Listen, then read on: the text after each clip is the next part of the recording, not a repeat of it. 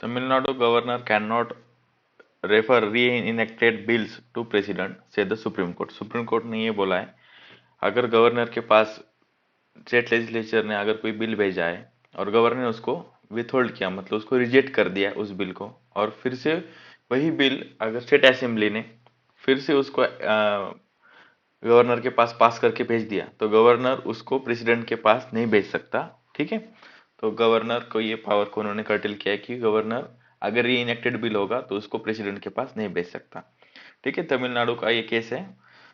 3 judge batch head by the Chief Justice of India, D.Y. Chandrachud, said the governor, having withheld his assent to the bill on November 13, cannot now refer the bill repassed by the legislature to the president। ठीक है, 13 नवंबर को governor ने इसको reject किया था bill को। Withheld का मतलब रिजेक्ट करना होता है।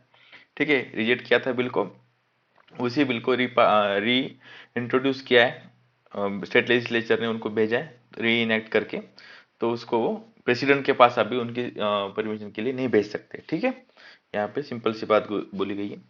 The CGI one said once the governor withhold assent, he can stultify the bills, he has to send them back to the assembly under the first provision of article 200।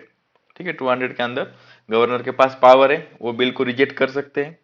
Under article 200 वो bill को ascent दे सकते हैं, या फिर वो bill, ठीक है, president के पास भेज सकती है। तीन चीजें आर्टिकल 200 के अंदर गवर्नर के पास होती है जब स्टेट असेंबली से बिल उनके पास जाता है तब। ठीक है, consequently if the assembly repasses the bill with or without the amendments, the governor has no choice left but to grant his assent to the bills।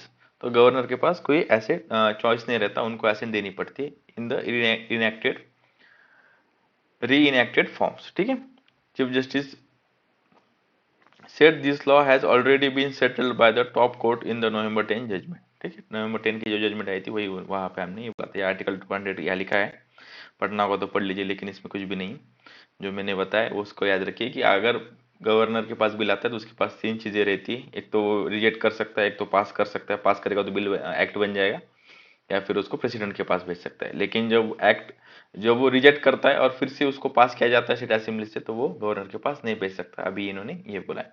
Conference of party की meeting हुई है। ठीक है, 20th मीटिंग है conference of party की। कहाँ पे हो रही है? दुबई में हो रही है, यूएई में।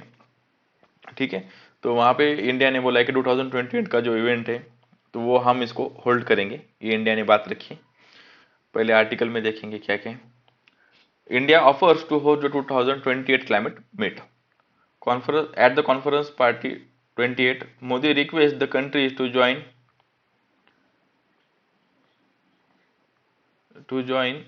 the India on the green credit initiative। ठीक है, ग्रीन क्रेडिट इनिशिएटिव को उन्होंने बोला है आप ज्वाइन कीजिए, रिक्वेस्ट किया कंट्रीज को। देखेंगे इसके बारे में भी। He says all the humanity is being the cost of exploitation bye few. कुछ कंट्री के ने जो एक्सप्लॉयटेशन किया है उसकी वजह से सारी दुनिया आज क्लाइमेट चेंज का इफेक्ट उनको हो रहा है। ठीक है, ये इन्होंने बोला है।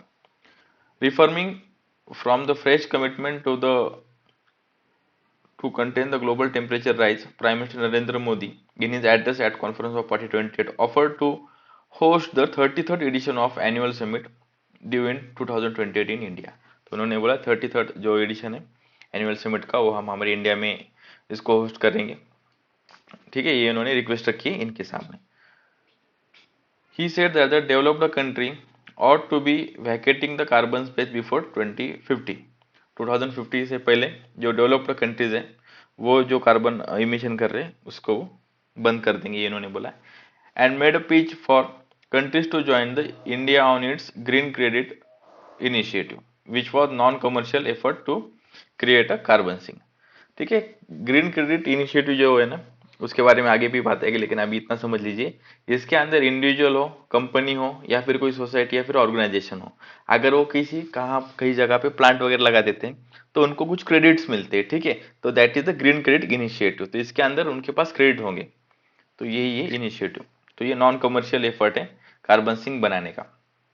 proposed to host the conference of parties must be approved by the signatories to the United Nations Framework Convention on the Climate Change। ठीक है, जो सिग्नेटरीज है यूएनएफसीसी के United Nations framework convention on climate change, उनको इसको sign करना पड़ेगा। India has previously hosted the summit in 2002, ठीक है, इससे पहले 2002 में इंडिया ने समिट को होस्ट किया था। इंपॉर्टेंट है, याद रखिए। Mister Modi describe the green credit scheme as a non commercial notified by the ministry of environment forest and climate change. India की जो यूनियन मिनिस्ट्री, उन्होंने इसको नोटिफाई किया था इन लास्ट अक्टूबर।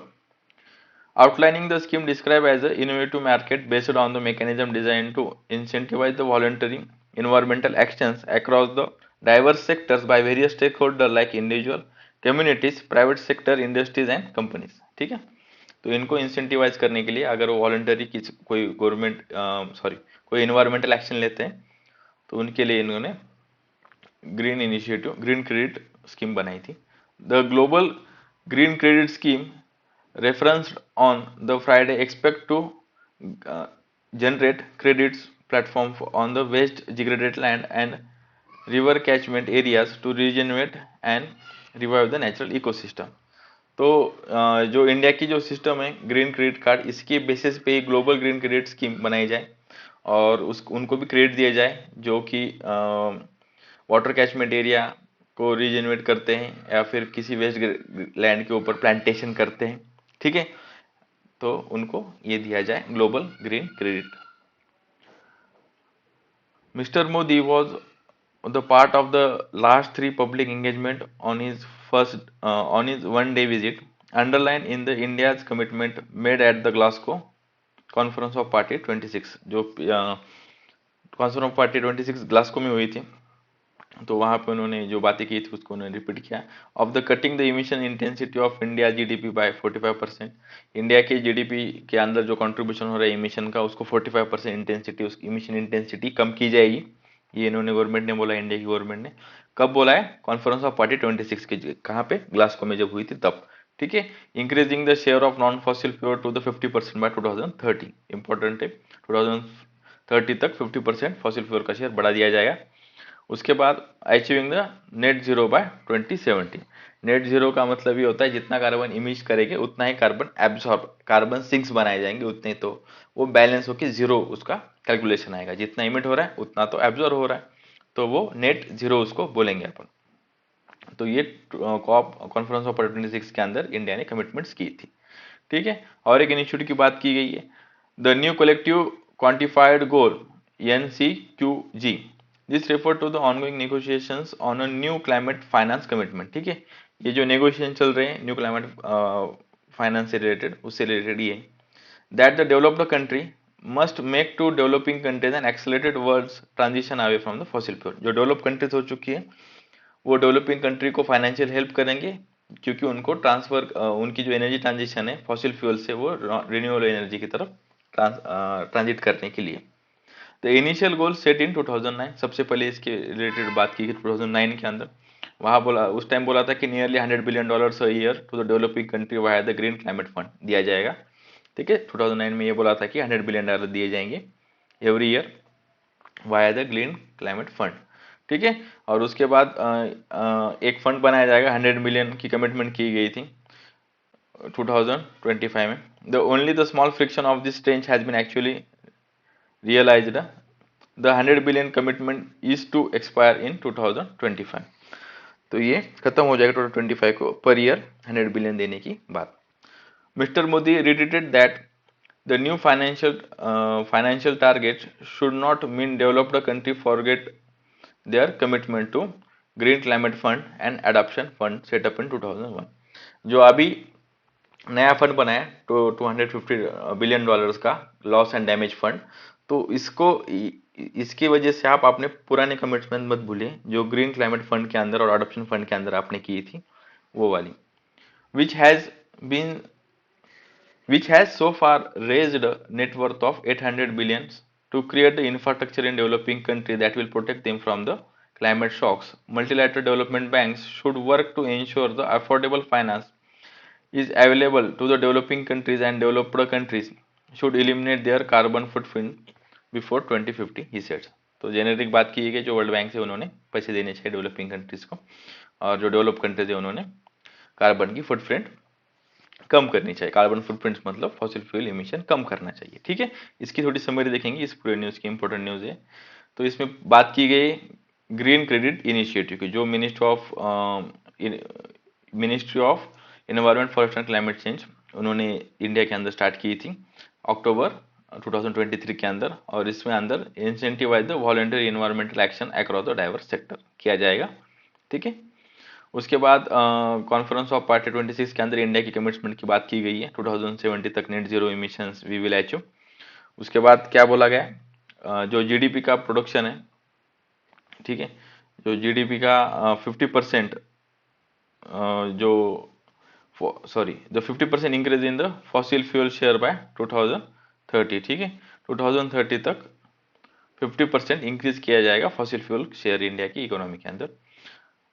उसके बाद जो इमिशन इंटेंसिटी है उसको कम किया जाएगा जीडीपी के 45%, ये बोला गया है, ठीक है। ये अपन ने कमिटमेंट की है ग्लासगो के अंदर। उसके बाद यहाँ पे एक पॉइंट है, न्यू कलेक्टिव क्वांटिफाइड गोल, ये इंपॉर्टेंट है, new collective quantified goal NCQG, ठीक है। क्लाइमेट फाइनेंस नेगोशिएशन इसके अंदर बोले गए, सबसे पहले कब शुरू हुई थी, 2009 के अंदर। ग्रीन क्लाइमेट फंड बोल के उन्होंने बनाया था 2009 के अंदर, वो $100 बिलियन का था। उसके बाद अडॉप्शन फंड की भी बात आई है, तो it help developing countries to adopt the climate change and establish 2001 under the Kyoto protocol of United Nations framework convention on climate change, ठीक है। इसके अंदर ये थोड़े की पॉइंट्स है, इसको याद रखिए आप। उसके बाद Israel resume the bombing as a long week Gaza truce. आपको पता होगा इजराइल और हमास के बीच में ट्रूस साइन हुआ था, वो 1 वीक तक चला। अभी फ्राइडे को उसको बंद कर दिया गया, कल इसका मतलब। और फिर से उन्होंने बॉम्बिंग चालू की है, और जो यहाँ पे डेंसली पॉपुलेटेड पैलेस्टीनियन लोग हैं वेस्ट बैंक के अंदर, वहाँ पे वो बम्बार्डमेंट कर रहे हैं, और उनका कहना है यहाँ पे हमास है। बेसिकली इसराइल का टांस ये है कि हम हमास को निस्तनाबूद कर देंगे, हमास का कोई भी ऑर्गेनाइजेशन वहाँ पे काम नहीं करेगा, ठीक है। यही बोला गया इस न्यूज़ के अंदर। यहाँ पे एडिटोरियल बहुत इंपॉर्टेंट है। इंडिया के अंदर जो स्टेट की कैपेबिलिटी है, जो स्टेट फंक्शनरीज है, उनकी जो कैपेबिलिटी है, ब्यूरोक्रेसी वगैरह, उनके ऊपर ये बात की गई है। तो यहाँ पे ये बोला गया है कि इंडिया, मतलब जो स्टार्टिंग स्टेटमेंट बहुत इंपॉर्टेंट है, the India state is paradox of too big and yet too small, ठीक है। अब इसका मतलब पूरे अपन आर्टिकल में समझेंगे क्या क्या इन्होंने कैसे एक्सप्लेन किया। देखिए G20 कंट्रीज का अगर आप प्रूफ देखोगे, उसके अंदर इंडिया एक ही कंट्री है जिसके अंदर सबसे कम सिविल सर्वेंट्स है, मतलब गवर्नमेंट के आदमी, सरकारी नौकर, ठीक है।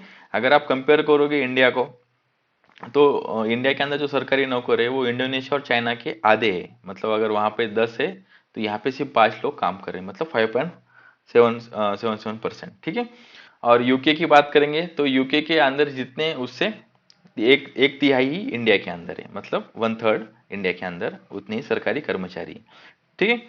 तो यही बात की जाती है कि आपका इतना बड़ा कंट्री है, पॉलिसी इंप्लीमेंटेशन के लिए आपके पास इतने कम बंदे हैं, ठीक है। तो उसके बाद ये बोला जाता है कि जो यूनाइटेड नेशंस के अंदर है, ठीक है, वहाँ पे जो सरकारी मतलब नंबर है वो है 7,500 पर 10 lakhs, ठीक है। 10 लाख के पीछे 7,500 सरकारी बंदे काम करते हैं यूएस के अंदर, लेकिन इंडिया के अंदर कितने करते हैं, 1,600, बहुत कम रेशो है।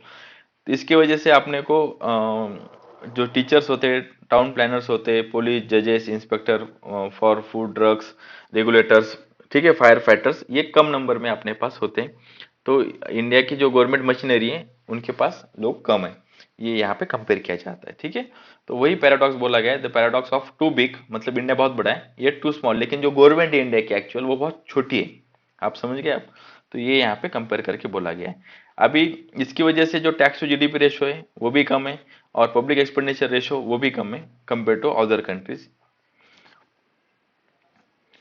इसके लिए जो इंडिया, अगर कोई पॉलिसी है उसको इम्प्लीमेंट करना होगा, तो गवर्नमेंट के पास उतने बंदे नहीं है जो कि इम्प्लीमेंट करेंगे। तो इसके लिए गवर्नमेंट क्या करती है, अपने पॉलिसी इम्प्लीमेंटेशन को आउटसोर्स कर देती है। स्टेट गवर्नमेंट हो, सेंट्रल गवर्नमेंट हो, जो भी उनकी पॉलिसीज है उसको आउटसोर्स करके इम्प्लीमेंट करवाती है, ठीक है। मतलब प्राइवेट सेक्टर का यहाँ पे इंटरफेरेंस होता है, तब वो पॉलिसी अच्छे से काम कर पाती है। कोई भी अगर प्राइमरी हेल्थ केयर का कोई होगा तो उसको भी वो आउटसोर्स करते ग्रामीण लेवल पे, आपको पता होगा, ठीक है।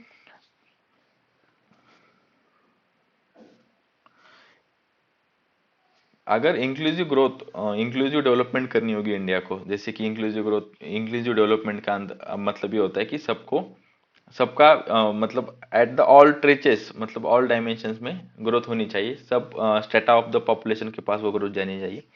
उसके लिए अपने को स्पेंडिंग बढ़ानी पड़ेगी, हेल्थ, एजुकेशन, सोशल सिक्योरिटी, इसके ऊपर। और अपने को जो पॉलिसी फिगर से जो अपना अलोकेशन ऑफ बजट है वो भी बढ़ाना पड़ेगा, ये उन्होंने यहाँ पे बोला है। ठीक है। तो जो इंडिया का स्टेट है, people thin but the process thick. तो यहाँ पे ये बोला गया है कि यहाँ पे जो ब्यूरोक्रेसी है उसका नंबर थिन है, मतलब उनका नंबर कम है, लेकिन जब अपन प्रोसेस के ऊपर बात करेंगे, जब उनका इम्प्लीमेंटेशन अपने कुछ करना होगा बिजनेस वगैरह, तो उनके लिए जो प्रोसेस लगाई जाती है वो छोटी सी ब्यूरोक्रेसी से वो बहुत थिक होती है, ये यहाँ पे बोला गया है। जो दो आईएएस ऑफिसर से, एक मतलब रिटायर्ड आईएएस ऑफिसर से, सोमनाथ टीवी सोमनाथन एंड गुलजार नटरंजन, ठीक है, ये दो आईएएस ऑफिसर ने एक बुक लिखी है, the state capability in India. ठीक है। तो वहां पे उन्होंने सजेशन दिए है इंडिया के किसके ऊपर काम करना चाहिए। पहला उन्होंने बोला है कि जो पॉलिसी बनाते हैं और जो पॉलिसी इंप्लीमेंट करने हैं, इसके अंदर आप डिफरेंशिएट बनाओ। ये इंपॉर्टेंट कंसेप्ट, इसको ध्यान से समझिए। देखिए, जो डिपार्टमेंट या फिर जो ऑर्गेनाइजेशन खुद पॉलिसी बनाएगी और खुद ही उसको इम्प्लीमेंट करेगी, तो उसके अंदर जो ड्रॉबैक्स होंगे वो कभी बताएगी नहीं आपको। ठीक है ना। जैसे कि आप आपका टाइम टेबल बनाते हो और आप खुद ही उसको फॉलो करते हो, तो आप जब फेल होते हो, उसको फॉलो नहीं कर पाते या फिर उसमें कुछ डिफिकल्टीज आती है, तो आप किसको बताओगे? आप थोड़ी आपको ब्लेम करोगे, नहीं करोगे। तो वैसे ही गवर्नमेंट के साथ होता है। गवर्नमेंट जब खुद ही पॉलिसी बनाती है और खुद ही इंप्लीमेंट करती है, तो उसका इम्प्लीमेंटेशन अच्छे से नहीं कर पाती और उसमें जो ड्रॉबैक्स आती है वो नहीं किया जाता। जैसे कि ऑस्ट्रेलिया और यूके के अंदर सेपरेट है पॉलिसी मेकिंग और इम्प्लीमेंटेशन, इंडिया के अंदर भी ये सेपरेट है। जैसे कि वहाँ पे एग्जांपल दिया गया है, कुछ कुछ ऑर्गेनाइजेशन के अंदर सेपरेट है, लेकिन इसको ऑल लेवल के ऊपर आपको लाना चाहिए, ये यहाँ पे बोला गया है। ठीक है। क्या? पॉलिसी मेकिंग एंड इम्प्लीमेंटेशन, ये दो चीजें। अगर इम्प्लीमेंटेशन अलग होगा तो लोकल लेवल पे क्या प्रॉब्लम आ रहे हैं ये अलग से वो एनालाइज कर पाएंगे, वहां पे वो डिसीजन ले पाएंगे। लेकिन अगर मतलब टॉप टू बॉटम अप्रोच होगा तो वो इम्प्लीमेंटेशन डिफिकल्ट हो जाएगा इम्प्लीमेंट करने को। ठीक है। उसके बाद इसकी वजह से क्या होता है कि जो इम्प्लीमेंटिंग अथॉरिटी होती है वो रिस्क नहीं लेना चाहती। जैसे कोई डीएम है और उसको कोई डिसीजन लेना है, उससे गवर्नमेंट का फायदा होगा, तो वो डिसीजन नहीं ले पाएंगे क्योंकि प्रोसीजर हार्ड होती है। क्योंकि वो डिसीजन लेंगे कुछ आगे इन द प्रोसीजर जाके, ठीक है, उसका इंटेंट अच्छा भी हो सकता है, लेकिन उसके ऊपर अगर वो प्रोसीजर लेंगे तो उनके ऊपर इंक्वायरी हो सकती है। तो ये देखने को मिलता है कि लैक ऑफ अकाउंटेबिलिटी है, उनको अपन अकाउंटेबल नहीं ठहरा सकते कि आपने ये क्यों किया, क्योंकि प्रोसीजर ही ऐसी बनाई गई है अपनी ब्यूरोक्रेसी की। ठीक है। तो बाद में बात की जाती है टेक्निकल गैप्स के अंदर। ठीक है। टेक्निकल गैप्स कौन कौन से हैं, यहाँ पे ये बात की जाती है। तो ये बोला जाता है कि जो ब्यूरोक्रेसी के अंदर है वहाँ पे बंदे जो है वो स्पेसिफिक सब्जेक्ट में स्पेशलिस्ट नहीं होते, वो जनरलिस्ट होते हैं। आपको भी पता होगा आईएएस आईपीएस जो होते हैं वो जनरलिस्ट होते हैं, वो किसी सब्जेक्ट के माहिर नहीं होते। तो उसके लिए आपने जो लेटरल एंट्री है उसको इम्प्लीमेंट करना चाहिए, ये उन्होंने यहाँ पे सजेशन दिया गया। लेटरल एंट्री से जब आप टैलेंट बाहर से लाओगे तो वो सब्जेक्ट स्पेसिफिक टैलेंट आएगा और वो अपने को बेनिफिट देके जाएगा पॉलिसी इंप्लीमेंटेशन में। उसके बाद ये बोला जाता है जो रेगुलेटरी अथॉरिटीज है जैसे कि सेबी, ठीक है, और जो ये अथॉरिटीज है इनके अंदर भी जो स्टाफ है वो कम है। ठीक है। सेबी हो, आरबीआई हो, तो यहाँ पे इन्होंने कंपैरिजन किया है कि अगर आप देखोगे सेबी के अंदर सिर्फ 800 बंदे काम करते हैं गवर्नमेंट के, मतलब उस ऑर्गेनाइजेशन के। लेकिन अब वहाँ पे आप यूएस सिक्योरिटी, यूएस की जो स्टॉक मार्केट उसका कंपेयर करोगे उसमें 4500 लोग काम करते हैं, और आरबीआई के अंदर गवर्नमेंट में सिर्फ 7000 लोग काम करते हैं। वही अगर आप यूएस फेडरल रिजर्व बैंक देखोगे यूएस की, उसमें 22,000 लोग काम करते हैं। ठीक है। तो ये दिक्कत आ रही है कि आप अपॉइंटमेंट ज़्यादा करो तो लोग काम का डिस्ट्रीब्यूशन होगा और अच्छे से काम हो पाएगा, ये यहाँ पे बोला गया है। ठीक है। सेंटर जब पॉलिसी बनाती है, सेंट्रल गवर्नमेंट या स्टेट गवर्नमेंट, तो उनके पास उस पॉलिसी बनाने के लिए उनके पास पूरे डायमेंशंस या पूरे पॉइंट्स नहीं होते, तो इसके लिए वो कंसल्ट करते हैं क्योंकि वो सब्जेक्ट स्पेसिफिक उनके पास नॉलेज नहीं होता है उसको कैसे पॉलिसी बनानी है, इसलिए वो कंसल्ट करती है। तो अभी पिछले 5 सालों में गवर्नमेंट ने 500 करोड़ कंसल्टेंसी फर्म को दिए गए, जैसे कि मैकनसे, केपीएमजी, ये 5 फर्म्स के नाम दिए, डिलॉयट। ठीक है। तो इन बड़े बड़े फर्म्स को गवर्नमेंट ने पैसे दिए कि आप बताओ हमें टेक्निकल इसमें कि या फिर पॉलिसी इसमें कंसल्टेशन करो कि कैसे हम पॉलिसी बनाए economic, financial, contract and technical matters के ऊपर जो हमको बेनिफिट दें। तो ये भी बात यहाँ पे की गई है। इसकी वजह से गवर्नमेंट को ये बोला गया है कि स्पेशल यहाँ सजेशन दिया गया है कि सब्जेक्ट स्पेसिफिक ट्रेनिंग दी जाए mission Karmayogi, national programme for civil services capacity building जो प्रोग्राम है मिशन कर्मयोगी, ये भी बहुत इंपॉर्टेंट है। तो इसके अंदर उन्होंने बोला है कि सब्जेक्ट स्पेसिफिक ट्रेनिंग दी जाए जो आए कल सिविल सर्वेंट से उनको। ठीक है, इससे क्या होगा, जो कंसल्टेंसी में पैसा जा रहा है वो कम जाएगा गवर्नमेंट का और इम्प्लीमेंटेशन अच्छे से होगा।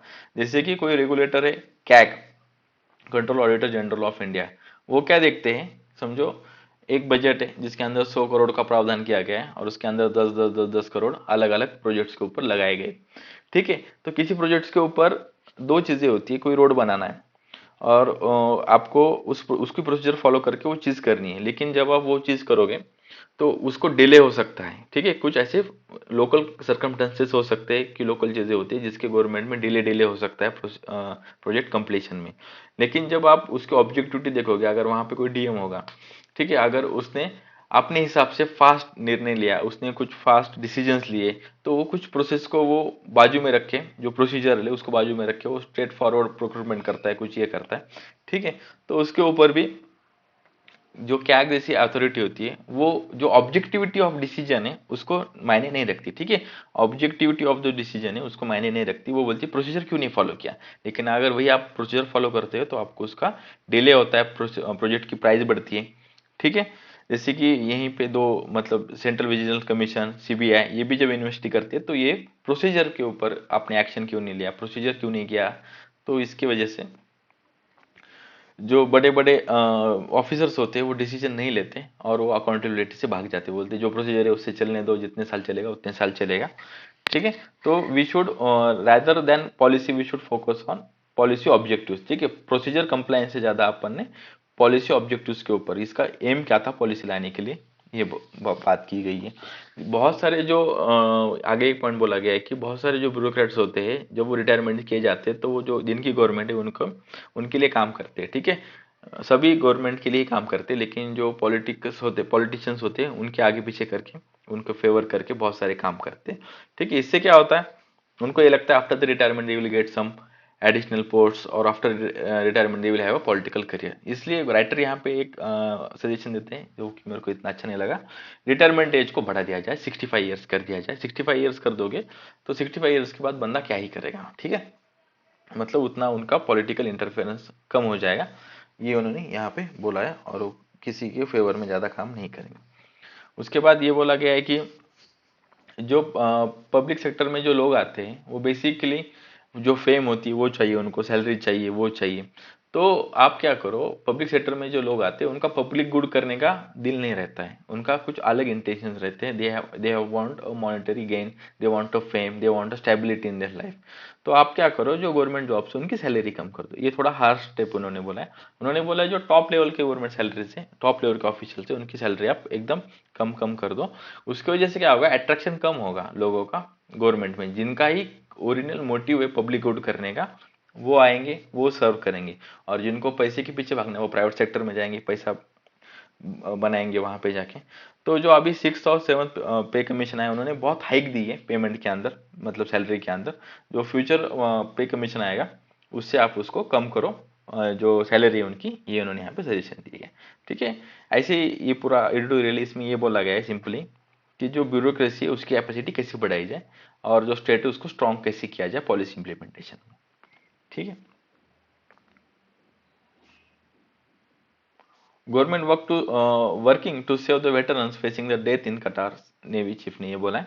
आपको पता होगा कतार के अंदर एक कोर्ट ने डिसीजन दिया कि जो 8 जो नेवी के एक्स ऑफिसर्स थे जो वहाँ के एक कंपनी के अंदर ट्रेनिंग का काम कर रहे थे, कंपनी का नाम है, प्राइवेट कंपनी का नाम है अल धारा, ये जो प्राइवेट कंपनी कतर के अंदर वहाँ पे वो ट्रेनिंग दे रहे थे नेवी, वहाँ के नेवी लोगों को, नेवी के लोगों को। तो उनके ऊपर एक एलिगेशन लगाया गया कि ये क्या कर रहे हैं, ये एस्पोनेज कर रहे हैं, मतलब अपनी जो इन्फॉर्मेशन है वो इसराइल को प्रोवाइड कर रहे हैं। कतर का दुश्मन इसराइल बहुत बड़ा है। ठीक है, तो इस पूरे कन्विक्शन के अंदर उनको हेल्ड किया गया और फिर उनको सेंटेंस दी गई कि लाइफ डेथ की। ठीक है, लाइफ कैपिटल पनिशमेंट दी गई उनको, सॉरी कैपिटल पनिशमेंट दे दी गई। तो अभी इससे रिलेटेड ये न्यूज़ है। तो अभी 26 अक्टूबर को जो डेथ सेंटेंस दी गई थी उनको फर्स्ट इंस्टेंस में कतर कोर्ट ने, and appeal has been already been filed against the death sentence and the higher court in the Qatar had admitted the appeal. ठीक है, तो अभी उस अपील को हायर कोर्ट कतर ने एक्सेप्ट किया। PM meets Israel president call for the durable resolution of Palestinian solution. ठीक है, अभी जो कॉन्फ्रेंस ऑफ पार्टी 28 हो रही है, कहाँ पे हो रही है? दुबई के अंदर, यूएई में। तो ये मीटिंग हो रही है, तो उसी साइड लाइन पे उन्होंने इजराइल के जो प्राइम मिनिस्टर है, ठीक है, नहीं, इजराइल के जो प्रेसिडेंट है इजैक जेरोक, ठीक है, इनसे उन्होंने बातचीत की। और वहाँ पे पहली बात तो उन्होंने इन पर्सन मीटिंग की आफ्टर द अक्टूबर 7 का जो अटैक हुआ था, हमास ने जो टेरर अटैक किया था इजराइल के ऊपर, उसके बाद से फर्स्ट मीटिंग है इन पर्सन की। और वहाँ पे उन्होंने ये बोला है कि Modi called for ensuring a regular humanitarian supplies to the Palestinian population. He did not call for a ceasefire. ये बहुत इंपॉर्टेंट बात है। उन्होंने सीज फायर के ऊपर बोला नहीं कि यहाँ पे सीज फायर आना चाहिए, लेकिन उन्होंने ये बात बोली कि हम जो ह्यूमैनिटेरियन एड भेज रहे पैलेस्टीनियन लोगों को, वो जानी चाहिए, वो रेगुलरली वहाँ पे पहुँचनी चाहिए। Prime minister expressed his condolences on the loss of lives in the October 7 attack and welcome the release of hostages. Minister of external affair ने ये प्रेस में बोला है। ठीक है, सिंपल सी बात है। Prime minister Narendra Modi reiterated the need for continuing and safety delivery of humanitarian aid for the affected population. He emphasized on the India's support for the two-state solution and early and durable resolution of Israel-Palestinian issue through the dialogue and diplomacy. Simple सी बात, उन्होंने फिर से बोला एक जो to state solution है जिसके अंदर इसराइल की और हमास के दोनों के टेरिटरी हम एक्सेप्ट करते, दोनों को स्टेट मानते, और दोनों ने एक दूसरे की सोवरेनिटी को एक्सेप्ट करना चाहिए।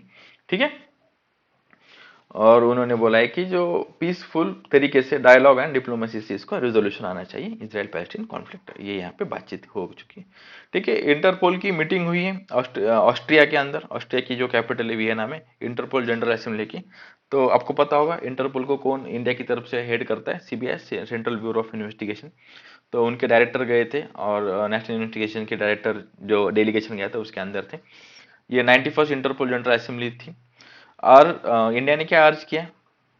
इंडिया ने ये बोला है जो टेररिज्म है और जो टेररिस्ट एक्टिविटीज है उसके ऊपर आप कंसेंसस बनाओ, और जो जो टेररिस्ट है को आप पनाह मत दीजिए, मतलब जो टेरर हेवंस है वो मत आप बनाइए। यहाँ पे बातचीत की। एक सेकंड, ठीक है। तो इंडिया ने क्या बोला है? Urge the other countries to deny the safe haven to the crimes criminals and the proceeds of crime. ठीक है, तो उन्होंने बोला सेफ हेवंस मत बनाइए क्राइम्स के लिए, ये उन्होंने यहाँ पे बोला है। ठीक है, their plea come after the drawback of the efforts to ensure that the alleged terrorists, including the pro-Palestinian elements, other wanted person extradition of deported from the countries such as the Canada and UK and USA। ठीक है, तो यहाँ से जो अभी प्रोकॉल्सन elements है उनको एक्सट्राडिट करने के लिए जो प्ली लगाए उससे रिलेटेड ये बातचीत उन्होंने की। इंडिया हैज जियो लोकेटेड, मतलब उनका लोकेशन इंडिया को पता है, उनको लोकेट किया इंडिया ने। कहाँ पे? वो अभी 184 criminals in the various countries and initial form proceedings from for their return. ठीक है, तो उनको वापस लाने के लिए वो प्रोसीडिंग चालू है। India has supported the adoption of Interpol vision 2030। ठीक है, इंटरपोल का जो विजन 2030 इसको इंडिया ने एक्सेप्ट किया। इसके अंदर इतना ही था। UAE announce the $30 billion fund to boost the climate investment. ठीक है, India to get the share of initial tranche of development of 6 gigawatt of a new clean energy capacity. The privately managed fund to be chaired by Sultan Ahmad Al Jaber, ठीक है, Al Jaber, aims to mobilize 250 million dollars by 2030. UAE host, पता है आपको, conference of party UAE host कर रहा है 28, announce the 30 million commitment to invest in the investment fund. ठीक है, उन्होंने $30 million का एक इन्वेस्टमेंट फंड बनाया जिसको क्या नाम दिया है यूए के फंड को? अल्टरा। ठीक है, अल्टरा ये नाम है, इंपॉर्टेंट है। ये जो फंड है ये privately owned fund aim to mobilise the 250 million globally by 2030 and largest of its kind geared toward the climate investment and transferring the emerging markets and developing economies। तो इसके फर्स्ट रेंज के अंदर India को 6 gigawatt का new clean energy capacity इसके अंदर बनाया जाएगा इंडिया के अंदर। This include the establishment of 1,200 megawatt of wind and solar projects that will begin producing clean energy by 2025. ठीक है, इसके अंदर ये होगा. Altara has been established by Lunet, an independent global investment manager and also domicile in Abu Dhabi global market. ठीक है, Altara has a four verticals, इसके अंदर 4 वर्टिकल्स है. Energy transition, industrial decarbonisation, sustainable living and climate technologies. ठीक है, Altara provides a transformational solution for attracting the private capital. तो इसके अंदर प्राइवेट कैपिटल भी आएगा. ये यूएई ने एस्टेब्लिश किया है. ठीक है, उसके बाद Draupadi Murmu present the president's colour to AFMC. AFMC is Pune based arm force medical college है. प्रेसिडेंट कलर को क्या बोला जाता है? राष्ट्रपति का निशान. इनको अवार्ड किया गया है एएफएमसी को. World can recall the paper on decline in the toilet use. देखिए, यूसेज इन इंडिया. देखो, जो एक पेपर आया था वर्ल्ड बैंक का, उसके अंदर उन्होंने बोला था कि इंडिया के अंदर जो टॉयलेट यूज है वो कम हो चुका है और जो टॉयलेट्स बनाए गए थे उनका यूज नहीं हो रहा है. तो जो पेपर्स वो पब्लिश हुए थे वो वर्ल्ड बैंक ने वापस बुला लिए. 3 पेपर्स आए थे. ठीक है, उससे रिलेटेड ये न्यूज है. The weeks after the World Bank published a departmental working paper highlighting the most concerning trend of toilet usage declining in rural India since 2018, despite the early gains of the Swachh Bharat Mission Gramin, has recalled this paper and the 2 others pending the internal review. इनका internal review होगा.